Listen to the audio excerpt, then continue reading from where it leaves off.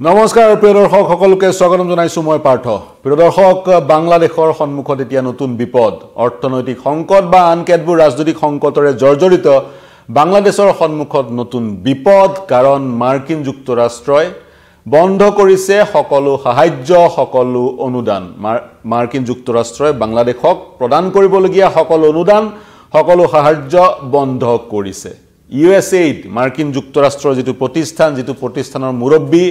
ৰাষ্ট্ৰপতি গৰাকীয়ে প্ৰত্যক্ষভাৱে মনোনীত কৰি নিৰ্বাচিত কৰে তেওঁ নিযুক্তি লাভ কৰে সেই এজেন্সিটো হৈছে USAID united state agency for international development এই এজেন্সিটোৱে মাৰ্কিন যুক্তৰাষ্ট্ৰৰ ৰাজকোষৰ পইচাৰে ধনেৰে যিবোৰ কাম বাংলাদেশত কৰি আছিল স্বাস্থ্য খণ্ডৰ সম্বন্ধীয় শিক্ষা কেন্দ্ৰৰ হৈতে জড়িত বা গণতান্ত্ৰিক বিভিন্ন কাম-কাজ ৰোহিঙ্গিয়া শৰণাৰ্থী শিবিৰৰ পৰিচালনা বা খাদ্য যোগান খাদ্য সুৰক্ষা ইত্যাদি যি কাম কৰি আছিল বা বাংলাদেশৰ বস্ত্ৰ উদ্যোগত যি অচলাৱস্থা সেই অচলাৱস্থা দূৰ কৰিবলৈ মাৰ্কিন যুক্তৰাষ্ট্ৰৰ সহযোগত USAID যি কাম কৰি আছিল সেই সকলো কাম বন্ধ কৰি দিয়া হৈছে ইতিমধ্যে নিৰ্দেশ জাৰি কৰা হৈছে যিবোৰ ৱৰ্ক অৰ্ডাৰ আছিল সেই সকলো ৱৰ্ক অৰ্ডাৰ নাল এণ্ড ভইড হৈ পৰিব যি কাম যি মুহূৰ্তত যি ধৰণে আছিল সেই ধৰণে বন্ধ কৰি দিয়া হৈছে ক্ষমা কৰিব এটা বন্ধ কৰি দিয়াৰ কাৰণ কি হ'ব পাৰে বন্ধ কৰি দিয়াৰ অন্যতম কাৰণ হৈছে মাৰ্কিন যুক্তৰাষ্ট্ৰৰ নৱনিৰ্বাচিত দায়িত্ব গ্ৰহণ কৰা ৰাষ্ট্ৰপতি ডোনাল্ড ট্ৰাম্পে এক সিদ্ধান্ত গ্ৰহণ কৰিছে 90 দিনৰ কাৰণে মাৰ্কিন যুক্তৰাষ্ট্ৰই কোনো বিদেশী ৰাষ্ট্ৰক সাহায্য প্ৰদান নকৰে অনুদান প্ৰদান নকৰে এই তালিকাত মাত্ৰ দুখন ৰাষ্ট্ৰ অন্তৰ্ভুক্ত হোৱা নাই সেই দুখন হৈছে ইজৰাইল আৰু ইজিপ্ট এই দুখন ৰাষ্ট্ৰৰ বাদে সকলো ৰাষ্ট্ৰক মাৰ্কিন যুক্তৰাষ্ট্ৰই অতি সম্প্ৰতি 90 দিনৰ কাৰণে কোনো ধৰণৰ অনুদান প্ৰদান নকৰে ইয়াৰ কাৰণটো হৈছে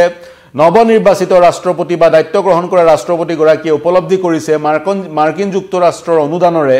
USAID বা আন প্ৰতিষ্ঠানসমূহৰ অনুদানেৰে যিবোৰ প্ৰতিষ্ঠানে মাৰ্কিন যুক্তৰাষ্ট্ৰৰ ৰাজকোষৰ ধন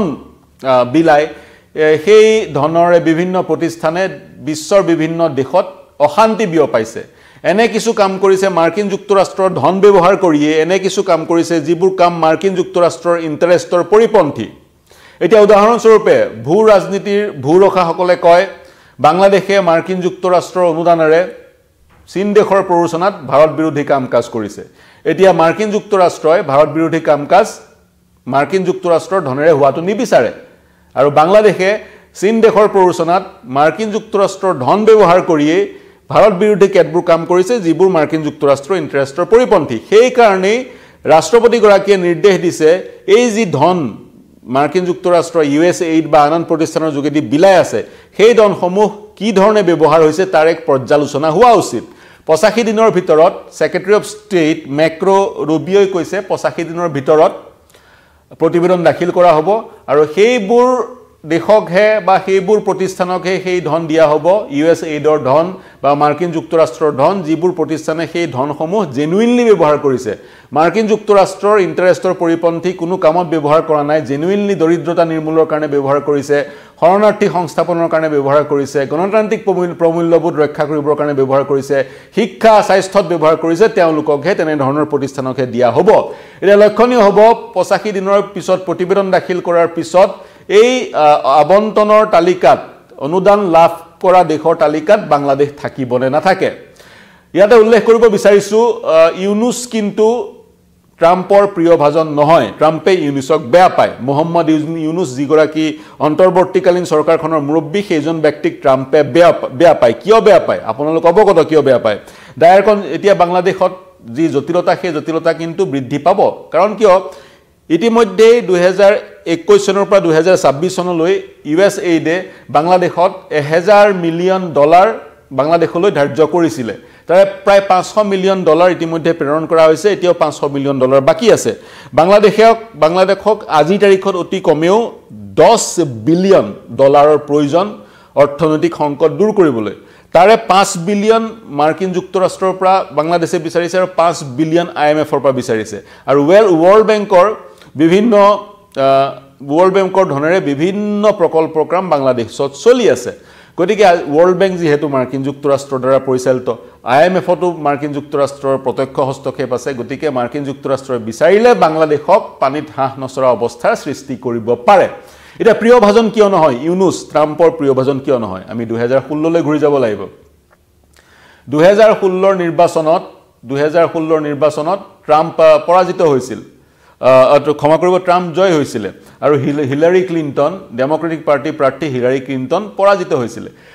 হিলাৰী ক্লিন্টনৰ নিৰ্বাচনী প্ৰচাৰৰ কাৰণে যেতিয়া তেওঁ নিৰ্বাচনৰ প্ৰাৰ্থী আছিল ৰাষ্ট্ৰপতি নিৰ্বাচনৰ প্ৰাৰ্থী আছিল নিৰ্বাচনৰ প্ৰচাৰৰ কাৰণে প্ৰায় 3 লাখৰ পৰা 4 লাখ ডলাৰ ইউনুছৰ প্ৰতিষ্ঠানটোৱে প্ৰদান কৰিছিল আৰু ইউনুছে বিচাৰিছিল ট্ৰাম্প পৰাজিত হওক 2016 যেতিয়া ট্ৰাম্প জয়ী হৈছিল তেতিয়া তেওঁ মাৰ্কিন যুক্তৰাষ্ট্ৰৰ গণতান্ত্ৰিক প্ৰমূল্যবোধত গ্ৰহণ লাগিছিল বুলি কৈছিল ট্ৰাম্পক প্ৰত্যক্ষভাৱে মুকলিকৈ তেওঁ সমালোচনা কৰিছিল আৰু তাৰ লগতে যেতিয়া অভিযোগ উত্থাপন হৈছে যেতিয়া Hillary Clinton ইউএছৰ secretary of state হৈ আছিল হিলাৰী ক্লিন্টন যেতিয়া সেক্ৰেটাৰী অফ ষ্টেট হৈ আছিল তেতিয়া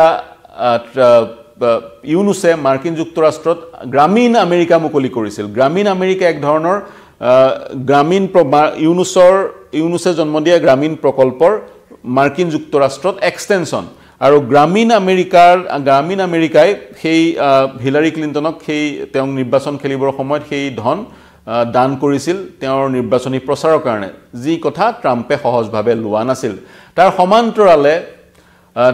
ইউনুছৰ যিগৰাকী জীয়ৰী মনিকা ইউনুছ হৈছে ইউনুছৰ প্ৰথমগৰাকী পত্নীৰ পৰা জীয়ৰী প্ৰথমগৰাকী পত্নী এগৰাকী ৰাছিয়াৰ নাগৰিক আছিল 1975-76 চনমানত ইউনুছ বিবাহপাশত আবদ্ধ হৈছিল ৰাছিয়াৰ সেই মহিলাগৰাকীৰ সৈতে আৰু তেওঁলোক দুয়োৰ পৰা জন্ম হৈছিল মনিকা ইউনুছৰ 77 চনত আৰু তাৰ পিছত 3 মাহৰ পিছতে মনিকা ইউনুছ মাতৃৰ সৈতে আহি মাৰ্কিন যুক্তৰাষ্ট্ৰ পাইছিল আৰু তেতিয়াৰ পৰা মাৰ্কিন যুক্তৰাষ্ট্ৰতে আছে চিটাগঙত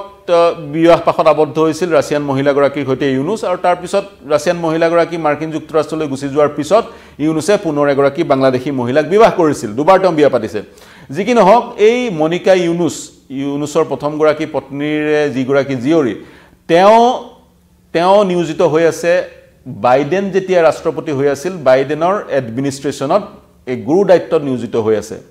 আৰু বাইডেনৰ এডমিনিষ্ট্ৰেশ্যনত মনিকা ইউনুছ নিয়োজিত হোৱাৰ গোটেই ঘটনাটোক কুইড প্ৰ কিউ হিচাপে গণ্য কৰিছে ট্ৰাম্পে কাৰণ ইউনুছে ডেমোক্ৰেটিক পাৰ্টিক সহায় কৰিছে তাৰ বিনিময়ত ডেমোক্ৰেটিক পাৰ্টিৰ ৰাষ্ট্ৰপতিগৰাকীয়ে ইউনুছৰ জীয়ৰীক চাকৰি দিছে আৰু যেতিয়া Hillary Clinton secretary of state হৈ আছিল তেতিয়া বহু লোন গ্ৰামীণ বেংকত কোটি টকাৰ লোন গ্ৰামীণ বেংকক প্ৰদান কৰা হৈছিল তাৰ লগতে যেতিয়া বাইডেনৰ চৰকাৰ আছিল তেতিয়াও বাইডেনৰ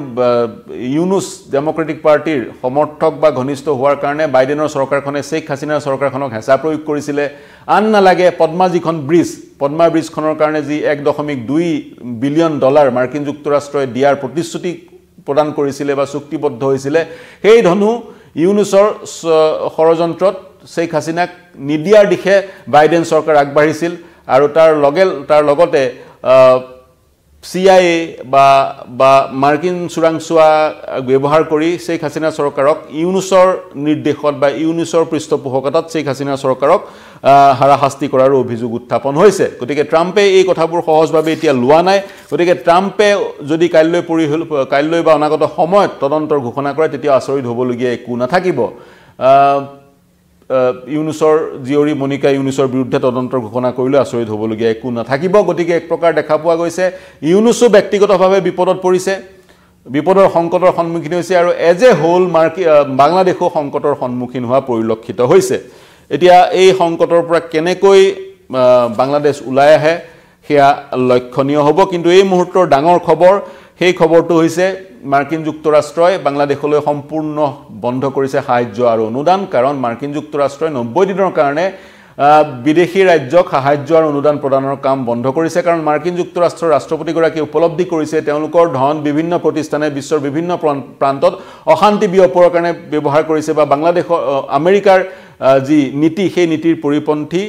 কিছুমান পদক্ষেপ সেই প্ৰতিষ্ঠানসমূহে মাৰ্কিন যুক্তৰাষ্ট্ৰৰ ধন ব্যৱহাৰ কৰিয়ে মাৰ্কিন যুক্তৰাষ্ট্ৰৰ বিৰুদ্ধাচৰণ কৰি কিছু কাম কৰি আছে যেন তেওঁ লাগিছে যাৰ পৰিপ্ৰেক্ষিতত পৰ্যালোচনাৰ নিৰ্দেশ দিছে পৰ্যালোচনাৰ পিছত কোন দেশলৈ ধন যাব কোন দেশলৈ নাযায় সেয়া লক্ষণীয় হ'ব পৰ্যালোচনাৰ পিছত বাংলাদেশলৈ ধন যায় নে নাই সেয়া লক্ষণীয় হ'ব যদিহে বাংলাদেশলৈ ধন নাযায় বাংলাদেশত দেখা পোৱা অৰ্থনৈতিক সংকটৰ কেনেকৈ বাংলাদেশে মোকাবিলা কৰিব সেয়া হ'ব লক্ষণীয় আৰু এটা প্ৰাসংগিক প্ৰশ্ন এই পৰিঘটনাই এক শক্তি প্ৰদান কৰিলে নেকি দিল্লীত বাহৰ পাতি থকা আশ্ৰয় লৈ থকা শেখ হাসিনাই বাৰম্বাৰ কৈছিল 20 তাৰিখৰ 20 জানুৱাৰীৰ পিছত অৰ্থাৎ ট্ৰাম্পে দায়িত্ব গ্ৰহণ কৰাৰ পিছত দৃশ্যপট সলনি হ'ব এতিয়া ট্ৰাম্পে সকলো সমৰ্থন বা অনুদান বাংলাদেশক বন্ধ কৰি দিছে গতিকে এআই উচিত সময় নেকি শেখ হাসিনাই বাউন্স বেক কৰাৰ বা ষ্ট্ৰাইক বেক কৰাৰ লোহা গৰম এতিয়াই শেখ হাসিনাই হাতুৰিৰে লোহাত মাৰ মৰাৰ এইটোৱে হাতুৰিৰে লোহাত গৰম লোহাত মাৰ মৰাৰ সময় নেকি এই প্ৰশ্নবোৰ আজি তাৰিখত প্ৰাসংগিক মই এই বিশ্লেষণ সামৰিব লাগিব এই বাতৰি শিৰোনাম দখল কৰাৰ কাৰণে বিশ্লেষণ আগবঢ়ালো এই বিশ্লেষণ কেনে পালে জনাব সমান্তৰালকৈ অতিৰিক্ত তথ্য বা কিবা মন্তব্য কৰিব বিচাৰিলে আমাৰ ইউটিউব চেনেল আৰু ফেচবুক পেজত প্ৰৱেশ কৰি মন্তব্য কৰিব আপোনালোকৰ মন্তব্য আমাৰ কাৰণে চালিকা শক্তি বাংলাদেশ বা মাৰ্কিন যুক্তৰাষ্ট্ৰৰ প্ৰতিটো খবৰৰ কাৰণে উচিত সময়ত ৰিয়েল টাইমত প্ৰতিটো খবৰ পাবৰ কাৰণে নিউজ 18 অসম নৰ্থ ইষ্টৰ ইউটিউব চেনেল সাবস্ক্ৰাইব কৰক আৰু ফলো কৰক নিউজ 18 অসম নৰ্থ ইষ্টৰ ফেচবুক পেজ দেশ বিশ্ব ৰাজ্যৰ সকলো বাতৰিৰ কাৰণে চাই থাকিব নিউজ 18 অসম নৰ্থ ইষ্ট ধন্যবাদ